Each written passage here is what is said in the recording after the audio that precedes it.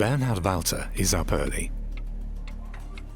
The SS Sergeant Major has been ordered to attend a special detail due today, an action no outsider may ever know about.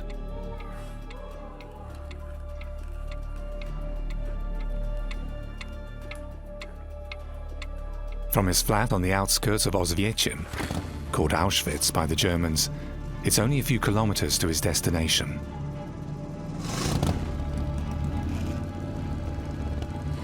Walter is driving into a bright, sunny day.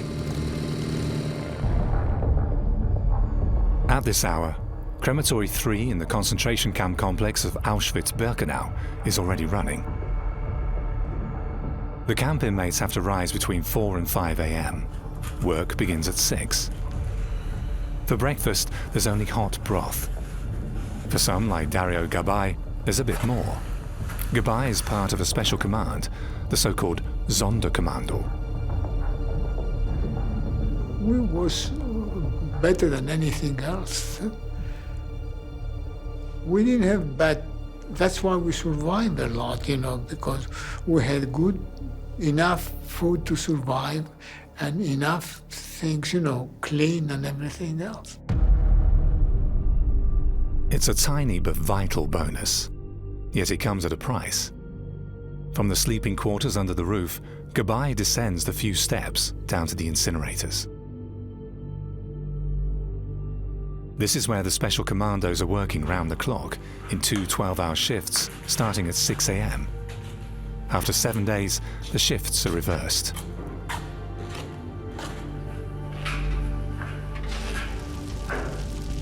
This has been going on for 10 days now. It's mid-May 1944, and there seems to be no end in sight. Train after train keeps coming in, and on this day too, new transports arrive at the camp. The transports, is when the Hungarians were coming, was something that we never believed to. They were coming 15,000 a day. There were 500,000 people. It was bagging the mind, they were coming and coming. On the 26th of May alone, 5 trains deliver 16,000 Hungarian Jews at Auschwitz. One of them is 13-year-old Irene.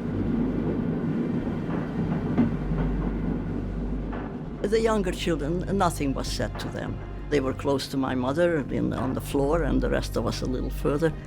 But we all understood that we are captive of some situation. We're helpless and hopeless here.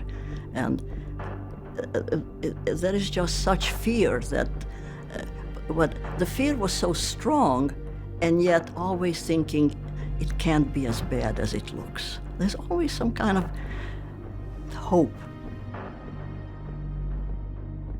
The passengers have no idea where they're going, nor what awaits them. Things just had happened too fast.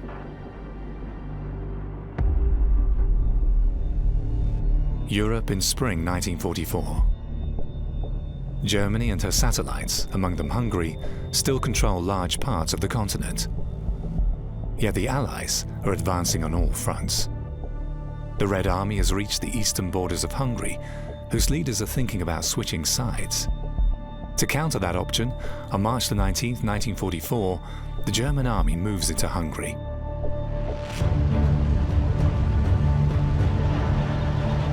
The country's 800,000-strong Jewish population is now at the mercy of the occupiers. The Nazis intend to annihilate them, just as they've been doing in other places within their reach. But at first, some 150,000 Hungarian Jews are to be exploited as slave laborers in the Reich's arms factories. The Jewish inhabitants of the Carpathian village of Batrad in today's Ukraine are among the first to be rounded up. People like Meyer Vogel, a timber merchant. He and his wife Leah, as well as their 6 children, must prepare to depart. At the end of May, a telegram informs the German Foreign Office in Berlin that as of today, 150,000 Jews from Carpathia and Transylvania have been dispatched to their destination. In Nazi parlance, destination equals Auschwitz. Among the deportees, rumors abound. So I heard the grown-ups saying what we heard was that in Poland they gathered Jewish people into the forest, and there was a firing squad waiting for them, and they were literally mowed down and buried into mass graves. And we heard that, but we didn't believe it. My father kept watching the land outside, and he knew where the tracks were going, where the separation to various places. And so he did announce at one point that the train turned towards Poland. It was very soon after, a few minutes after, he could tell. And then there was absolute silence in the car. On May the 26th, 1944, their train rolls into the camp of Auschwitz-Birkenau. The tracks have been specifically extended right into the camp complex for the handling of the additional transports from Hungary. There must be no hitches in the final solution.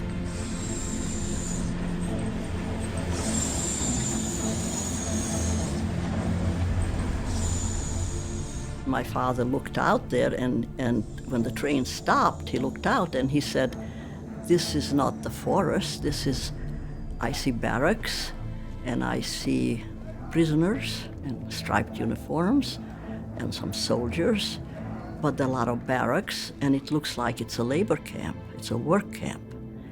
And people were suddenly relaxed. Everybody said, "Okay, if it's a labor camp," I heard the grown-ups saying, "Okay, so we can work, if that's what it is. Again, we'll work until the war is over, we'll work until this changes." Again, who could ever imagine what followed? No way, no way. Immediately next to the ramp, the guardroom of the so-called Blockführers, SS men in charge of receiving the human cargo.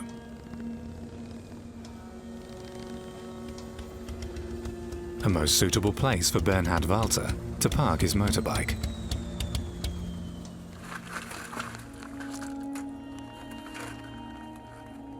From here, it's only a few meters walk to the site of the events Walter has been ordered to record.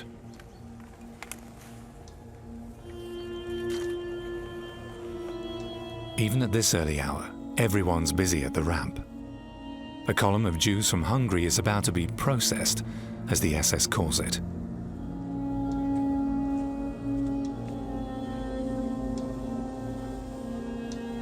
In principle, taking photographs within the camp is strictly prohibited.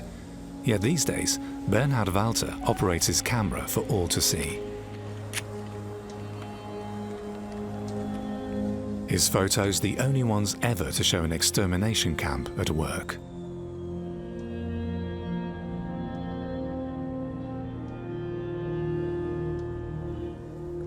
Why is he entitled to do what others can't? Historian Stefan Hödler has been vexed by this question for years. He studied Walter's photographs in his biography extensively. What made Walter become the photographer of Auschwitz? Having been trained as a plasterer, he joined the party in the SS in May 1933. According to his handwritten CV in the SS personnel files, by then Walter was 22 years of age and had repeatedly been out of work. Bernhard Walter is a so-called Maybug, one of those who only joined the party after the Nazis had come to power, to become part of the system. It would be highly speculative to say that either he was a fervent believer or that he was a mere opportunist. Maybe he was both. Bernhard Walter nicht nur kein Problem für das System At least he didn't seem to have had any problems serving the regime, since he continuously gave everything for the system, right up to 1945. Ein Stück weit haben wir alles gegeben. In 1934, Walter volunteers as a guard in Dachau, one of the first concentration camps. After the Nazis' accession to power, tens of thousands of opponents are arrested with a view to wiping out any resistance to the new regime. Over the years, Walter is posted to several other camps as the SS establishes ever new camps across the country.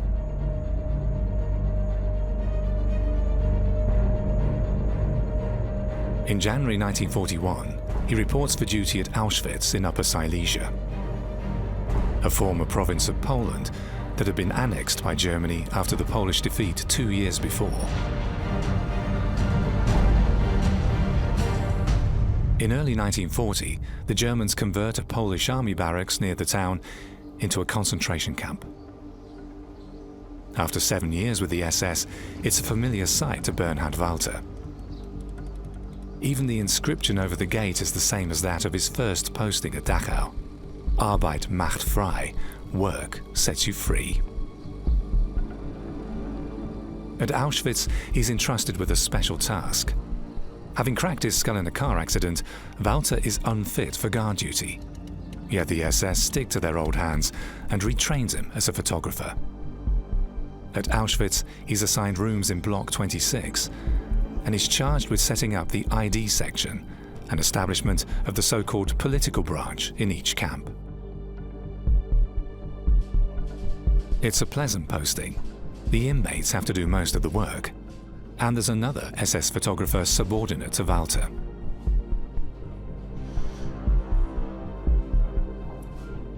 Their job is to photograph and to register all new prisoners.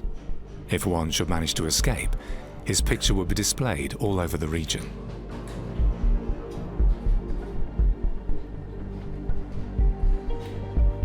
At first, the prime function of a concentration camp like Auschwitz is to intimidate the local populace. To that end, the Germans arbitrarily arrest members of the Polish elite to suppress any potential resistance, even if they are little more than children.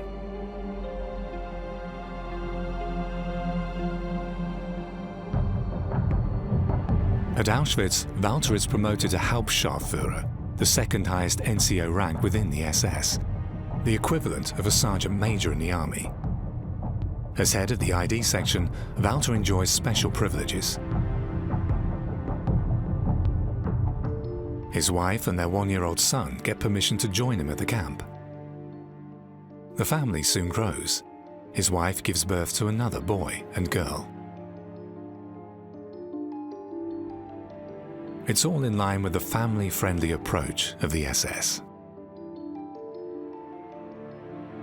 Die zentralen Positionen, The central people within the camp structure had their families with them, whenever it was feasible. Familien am Standort.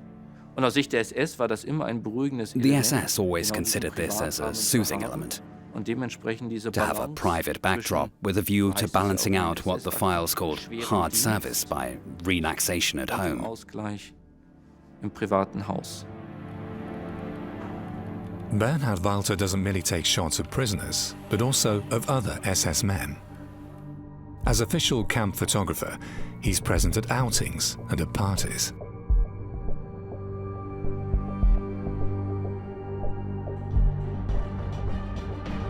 When there is an important event, Walter is accompanied by his number 2, SS Sergeant Ernst Hofmann, a former primary school teacher with an interest in photography.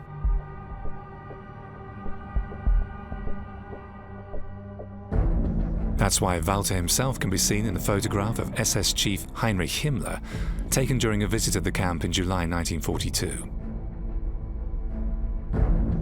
The head of the SS has a special reason for coming to Auschwitz. Himmler wants to inspect a new camp still under construction, some 3 kilometers from the existing camp, which is now labeled a Stammlager, or main camp.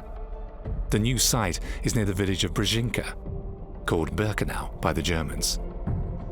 Auschwitz-Birkenau, or Auschwitz II, has a rectangular layout, just like an ancient Roman camp, with 2 intersecting main roads.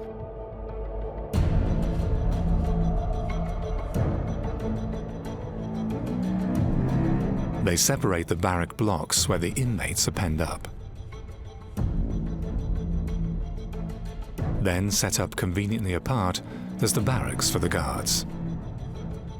This is all quite familiar to Himmler, In fact, he's interested in something else.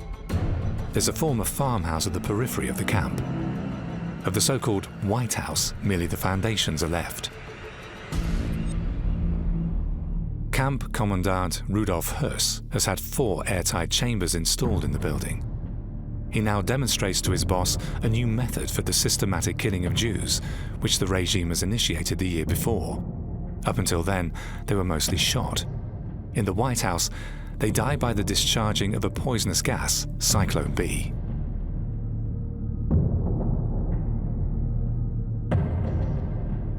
Himmler watches a demonstration of the gas chamber from beginning to end, together with his entourage. Among them must have been the men who took these photographs, Bernhard Walter and Ernst Hofmann.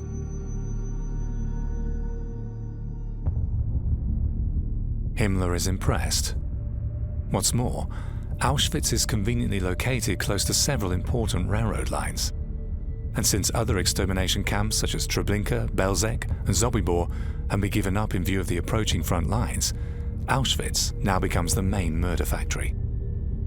That's why in May 1944, it becomes the destination of all Jews from Hungary.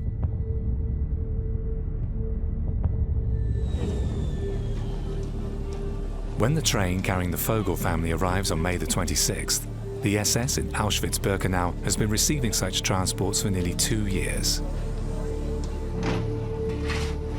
Yet the influx of so many people in such a short space of time is an unprecedented sight, even for Bernhard Walter.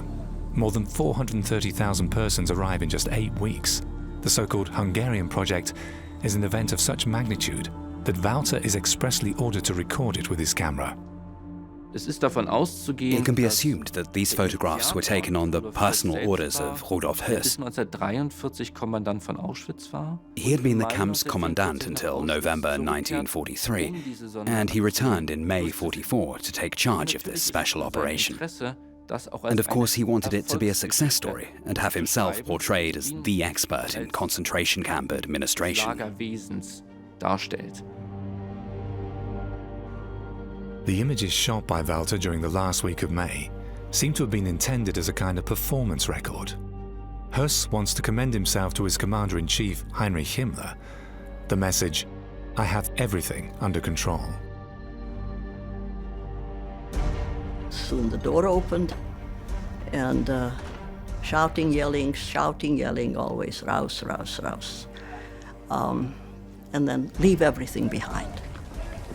Don't take anything, leave everything behind. I remember it was still cold, and so my mother was very practical, and she was able to think. Even then, she told us all, put on more clothes, everybody, put on more clothes, whatever, in the few minutes. And so I had a very large coat, I put that on, I had the scarf on my head, and then we jumped out of the train and left everything else. Yet things don't always run as smoothly as this photograph suggests. Eyewitnesses tell of scenes of chaos and brutality on the ramp.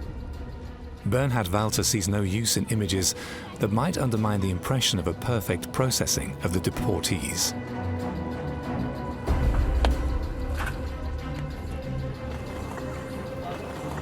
On many photographs, the cluelessness of the arrivals is evident.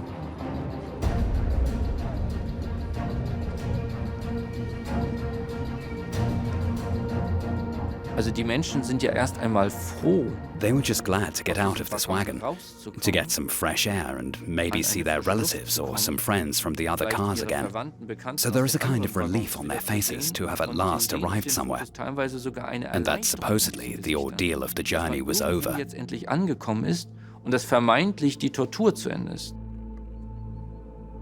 Walter even climbs onto the roof of a train to get a good angle for his shots of what is coming next.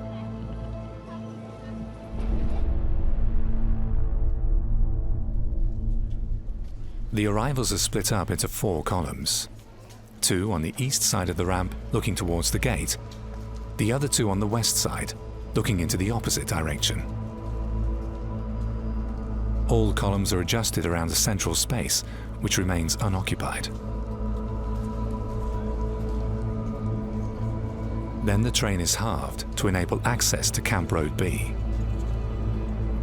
Next, the so-called selection begins by forcing forward women and children at the west side of the ramp.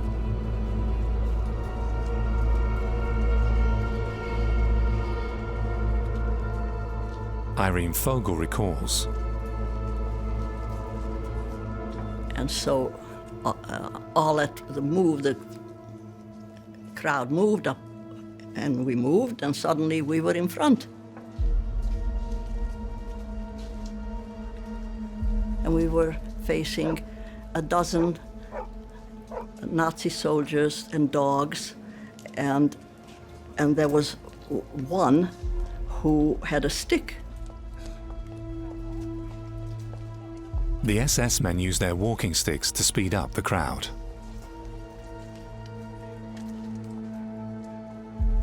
SS physicians select those considered able to work. People of old age, invalids and children are inherently classified as unfit for work.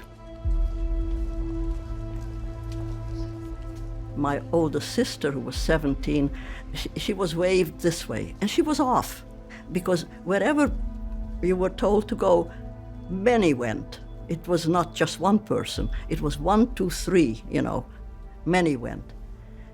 And my mother and 2 little boys go this way, and she disappeared. And many went that way immediately. And then I was still part of the group, but I was holding my younger sister's hand. She was about 12. And then all of a sudden, the stick comes down between us.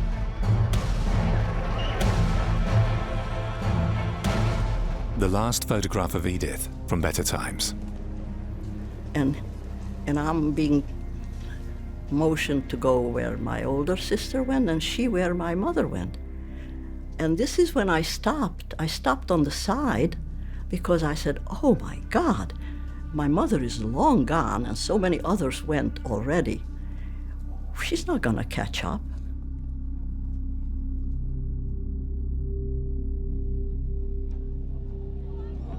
After more than 30 years, Irene sees this photograph for the first time, believing this is her at that very moment.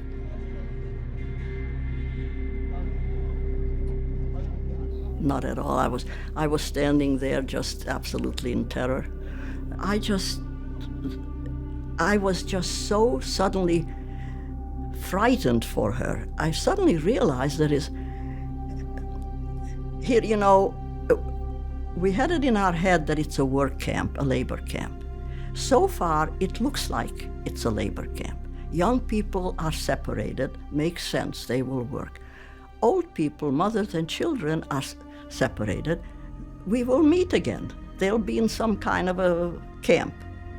But what will happen to Edith, my little sister? She's not going to be with us, because when we reunite, she will be lost. And, nobody asked our name. Nobody asked who belongs to whom. And all of a sudden, I also thought, well, maybe I didn't hold on to her tight, Children and their mothers are the first to die in Auschwitz. The SS would rather dispense with potential female workers than risk a tumult by forcefully separating mothers from their children.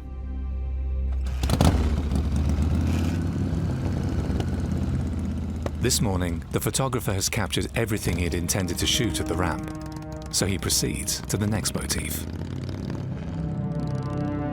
For several days, the 2 photographers of Auschwitz cover those not considered fit to work on their final walk. It takes them north, along Camp Road B, away from the ramp, while Bernhard Walter and his number 2, Ernst Hoffmann, keep on focusing their cameras on elderly people, women, children. They seem worried, but not desperate. They don't know that these images will be the final testament of their existence.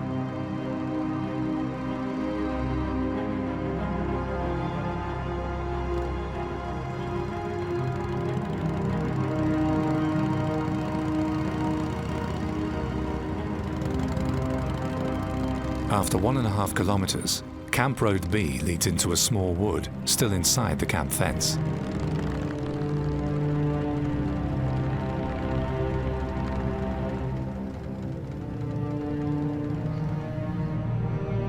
More photos intended to prove that there are no disturbances whatsoever. Do the photographers feel any pity for the children looking directly at them?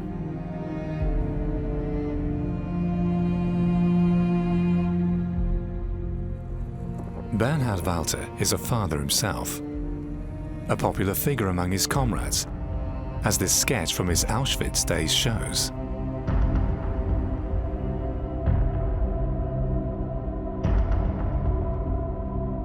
It describes him as a man who cares for others and is quite the clown. An excellent companion and a great joker. How can such a man become a willing cog in the machinery of murder? Bernhard Walter selbst ist er bereits. Bernhard Walter has served in concentration camps since 1934. So it's not the first time that he sees violence or murder being committed. Oder Mord sieht. Das ist schwer vorstellbar. It may be hard to imagine today, but for an SS man, this was everyday life. Für diese SS-Männer zum Alltag gehörte. Inhuman apart, there's ideology. Among animals, rats represent the element of malicious subterranean destructiveness, no different to the Jews among men. Als die Juden unter den Menschen. For more than a decade, propaganda has fostered hatred towards Jews. What is in the mind of the ordinary SS man? Stefan Hödler has given evidence as an historical consultant at several trials. One of the accused was former SS NCO Oskar Gröning, who had had a clerical job at Auschwitz. During an interview with the BBC, he talked freely about his time in the camp. We were firmly convinced that we Germans had been betrayed by everyone around us, and that this was one great Jewish conspiracy against us. But when it comes to children, don't you at least reach the point where you say, they can't have done anything to harm me? How do you cope with that? The children, as such, aren't yet the enemy. The enemy is the blood within them. They may grow up into Jews who might prove dangerous. That's why the children are included. In der Rassenideologie des Nationalsozialismus. The conception of blood figures exorbitantly large within the Nazis' ideology of race. Exorbitant wichtige Rolle. Klar, dass biologisch. Of course, it's biologically impossible to distinguish between the blood of a Jew and that of a non-Jew. So they developed a kind of metaphysical superstructure, the idea of the soul of the race, which is carried on in the blood from generation to generation. Trägt von Generation zu Generation, und wenn man, das ist die Perspektive. From the Nazi perspective, it's therefore evident that if you want to extinguish Jewry as a whole, you must strike at the roots. In allen ihren Wurzeln. And that means the wholesale killing of men, women and children. Das unterschiedslose Ermorden von Männern, Frauen und Kindern. It's only a few steps out of the small wood to one of the 4 large gas chambers, which the SS have meanwhile put into place. What follows has never been recorded with a camera. The procedures within the new sites, called crematories 2 to 5, have been established right down to the last detail. First, the victims have to take off their clothes in an anteroom, allegedly to prepare for a shower. Rows of hooks on the wall are part of the deception. The victims are told to memorize the number of their hooks so they may find their clothes again. Men of the Special Commandos instruct them on what to do. Dario Gabay and his comrades are the last ones to see the doomed people alive. Why don't they warn them of what is coming? We couldn't talk to them. We didn't want you to talk to them, the Germans will kill you anyhow. So, no, but I think a lot of people weren't so stupid, you know. A lot of people, they knew that something funny was going on.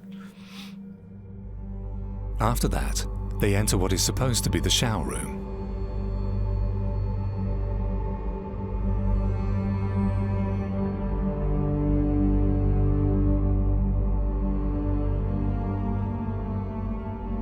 The shower heads on the ceiling are, however, fake.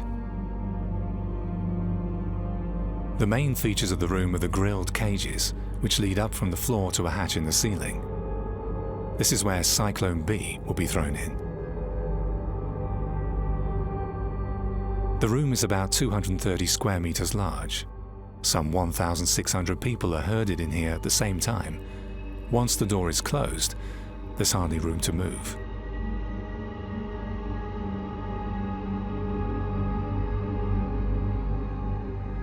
Then is where they start thinking that something else is going on here, because they didn't see there was no water, you know. I mean, so there is where they got scared a little bit, and you see after they close the door, you hear the scratching of the walls. An SS man pours in the Cyclone B. It's been developed to kill vermin. Once the granules are set free, lethal cyanide vapor begins to spread. The first symptom is an excruciating pain in the chest, followed by severe cramps comparable to an epileptic fit. Das war ein Vorgang, der extrem qualvoll. It was an extremely painful process. Und dieser Prozess, der Yet many SS members later used this as an excuse, saying that this way of killing was more humane than shooting the victims, which wouldn't guarantee that they would die at once. Für die Opfer anders als Erschießung, wo man ja nicht sicherstellen kann, dass sie sofort tot sind und andere. Das sind natürlich. Those are extremely cynical statements, almost malicious, which of course had nothing to do with reality. Die nichts mit der Realität zu tun hatten. The further away people stand from the insertion shafts, the longer their death struggle lasts. Open the door, the capo at the end, you know, it takes 30 minutes, you know, and then it open up the door. This is where everybody, if you are a human being, is where something start working on you. You see people that you saw about 30 minutes ago, alive and everything else, all of a sudden they're all down, you know, with black and blue from the gas, and they're all tangled up. We had hard time, the people to start taking them out, to put into the ovens, to go upstairs. Next to the gas chambers are the ovens, where the bodies are incinerated. It's all in-house. With the arrival of the first Jews from Hungary, the ovens are running day and night. On that 26th of May 1944, more than 10,000 people are driven into the 5 gas chambers at Auschwitz-Birkenau in a single day.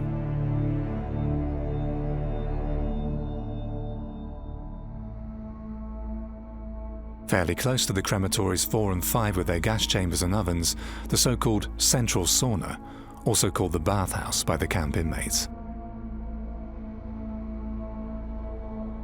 It's the destination for those who have been selected for forced labor. It's possible that these photographs too were shot by Bernhard Walter, although it's not 100% certain. The entry opens onto a single large room. The women are ordered to strip naked.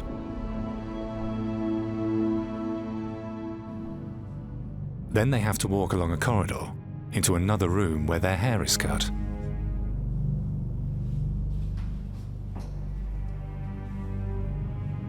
Then the next station, men are cutting body hair, pubic hair, everything, young women, just like that. You come from home, from your sheltered life, and that's what's done to you? Me too. I was just 13. I don't know whether you think, you don't think. Things are happening that's out of this world. So you finally reach, then you go take a shower. This one is real. There is only this one photograph showing male prisoners. All that is left of their former lives are their shoes, and even this was a rare occurrence. In an adjoining room, they remain standing until they are dry. Then they are handed their prisoner's garb, which has been disinfected in large containers.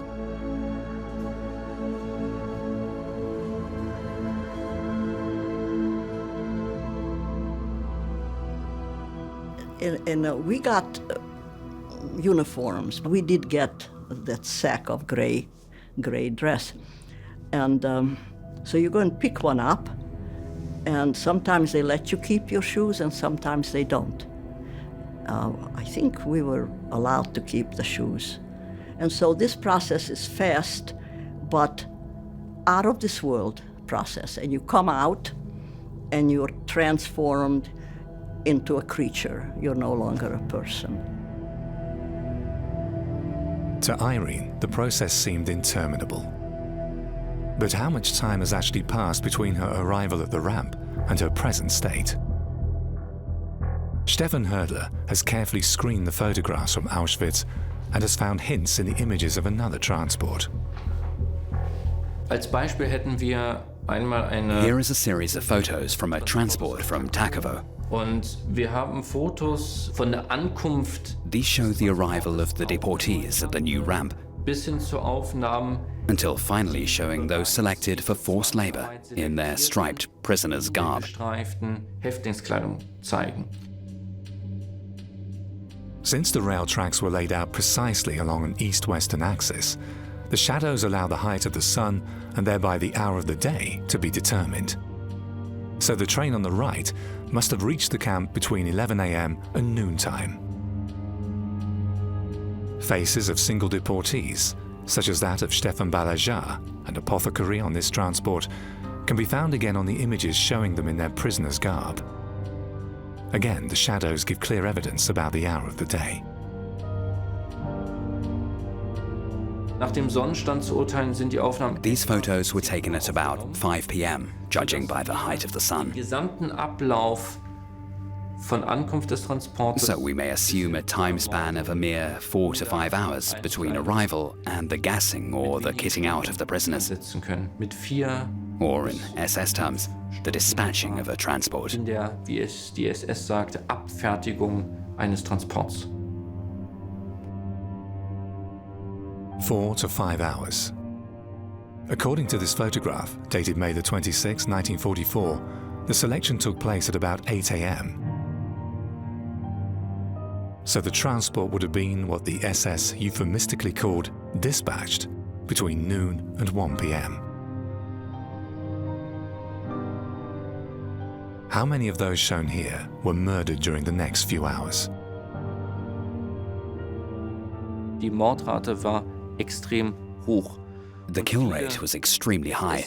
Männer und auch ehemalige Many former SS men who were interrogated and indicted after the war repeatedly stated that the murder rate had been as high as 75 or 80%. von etwa 75 bis 80% gegeben habe.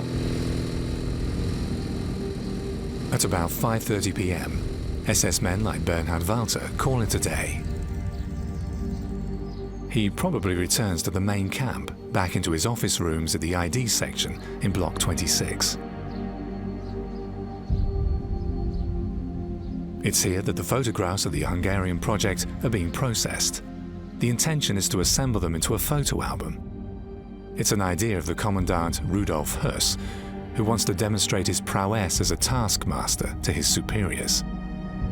Walter chooses the photos and their captions accordingly. The actual work is done by inmates. The result, 56 pages containing almost 200 images. Even if the photographs don't show the agony in the gas chambers, they undeniably prove a crime against humanity on an unprecedented scale, which is quite the opposite of what the perpetrators had intended.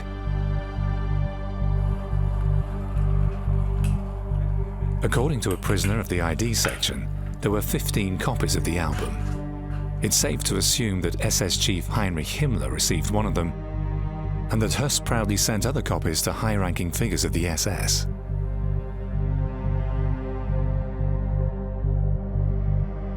Only one of them has survived. It's kept at Yad Vashem, Israel's memorial site of the Holocaust. Historians are pretty sure about its original proprietor. Mit hoher Wahrscheinlichkeit handelt es sich dabei die Kopie von Bernhard Walter. It's highly probable that it was the personal copy of Bernhard Walter, which he kept for himself as the man who had been the key figure in the realization of the project. Hauptakteur angefertigt hat. There are several hints to that point. Es sprechen verschiedene Punkte dafür. Zum einen, first, the album had been used before.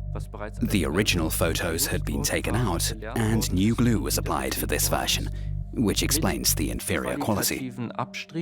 This isn't a copy that would have been presented to Himmler. The overall look is just too bad. Also viel zu schlecht. At Auschwitz-Birkenau, the inmates' day of 12 hours forced labor ends at 6 p.m. After roll call, they have to enter their barracks. Once locked up, no one is allowed outside.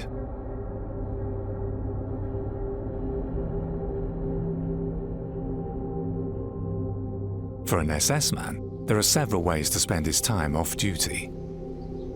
Bernhard Walter may go home to his flat, merely 500 meters from the main camp, to spend the evening with his wife and children. But garrison life at Auschwitz holds other distractions too.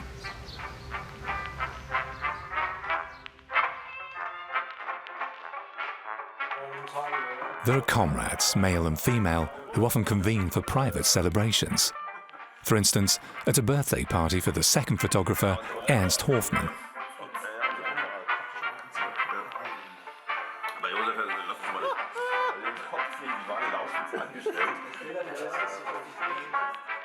A snapshot of him, possibly made by Walter, as he's not in the frame.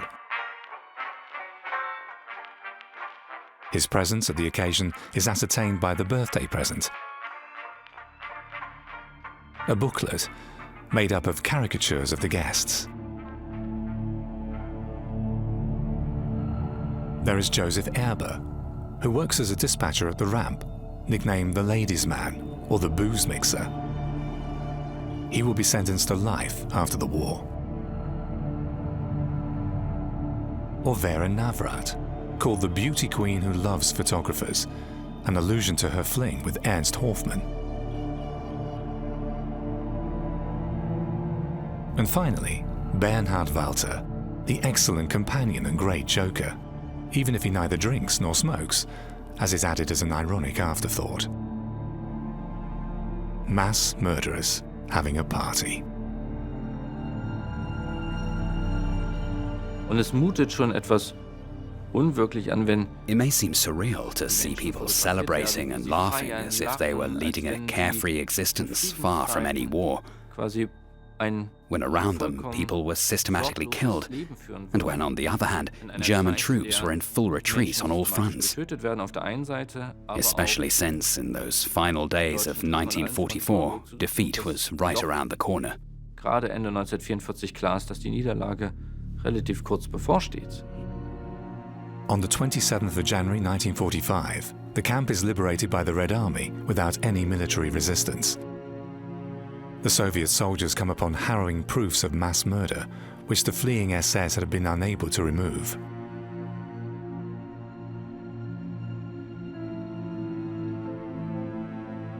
And they come upon living witnesses. 6,000 debilitated inmates who had been too weak for the forced marches on which their comrades were driven westward by the SS.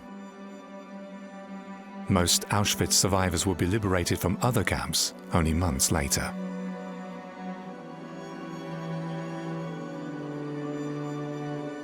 Prior to their flight, the SS has blown up the crematories and the gas chambers.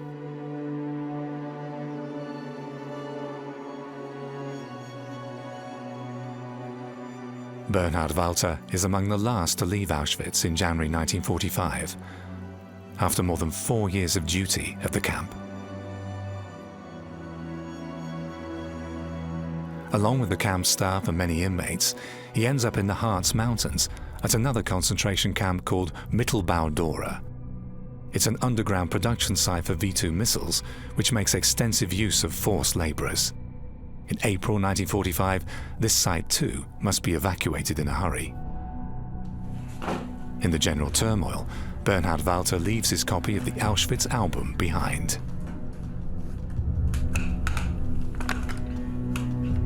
Es ist stark davon auszugehen, dass we must assume that, for reasons unknown to us, he didn't take his copy along. Aus Gründen, die wir nicht kennen, zurückgelassen hat. Eine Vermutung ist, one guess is that when Nordhausen, the city close to the camp, was heavily bombed in early April 1945, most of the SS fled in haste, and that due to that, the album may simply have been overlooked. Otherwise, this historical source would have been destroyed. Es wäre eine Quelle, die ansonsten vernichtet worden wäre. Of the 8 members of the Vogel family, only Irene and her elder sister Serena survived the ordeal. In 1947, they emigrate to the USA. Irene marries, becomes a teacher and a mother of 3. Today she lives near Washington, D.C., where she lectures at the Holocaust Museum on her Auschwitz experience.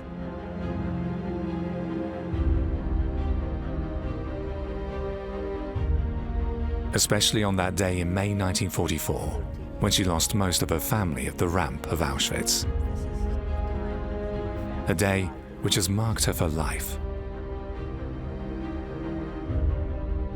People ask me to write. I don't want to write. It's my writing would be very, very dark. I would not be very happy to identify the human race with any kind of respect. And yet I'm not, I have to modify that. I don't go around hating everybody I meet, and I have friends, and I do trust in general. But mankind as a whole, it's quite an animal, a cruel animal. Bernhard Walter ends up in British captivity. In May 1947, he's extradited to Poland and put on trial in Krakow, together with several other SS men from Auschwitz. At another trial, his former boss, Rudolf Höss, the initiator of the album, is sentenced to death and executed by hanging.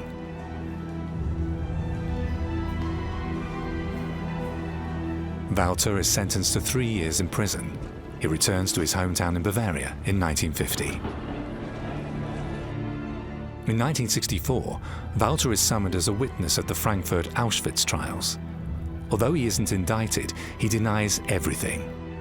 He says he hadn't noticed any killings and that he merely wants to leave all this behind. I mean, yes, I was at Auschwitz. I faced a people's tribunal at Auschwitz, at Krakow, that is. I thought I'd done my time. And now, after 19 years, well, actually since 1959, time and again, one gets reminded of this place, Auschwitz.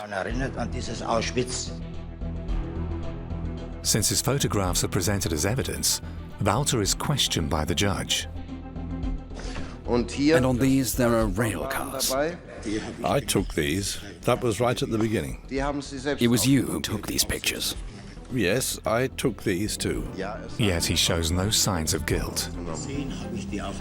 You just said you personally took this picture.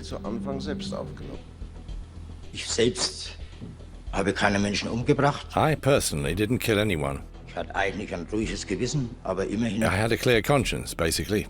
But the depression and the public exposure of having been there, that one had been part of that lot, that caused a certain mental strain.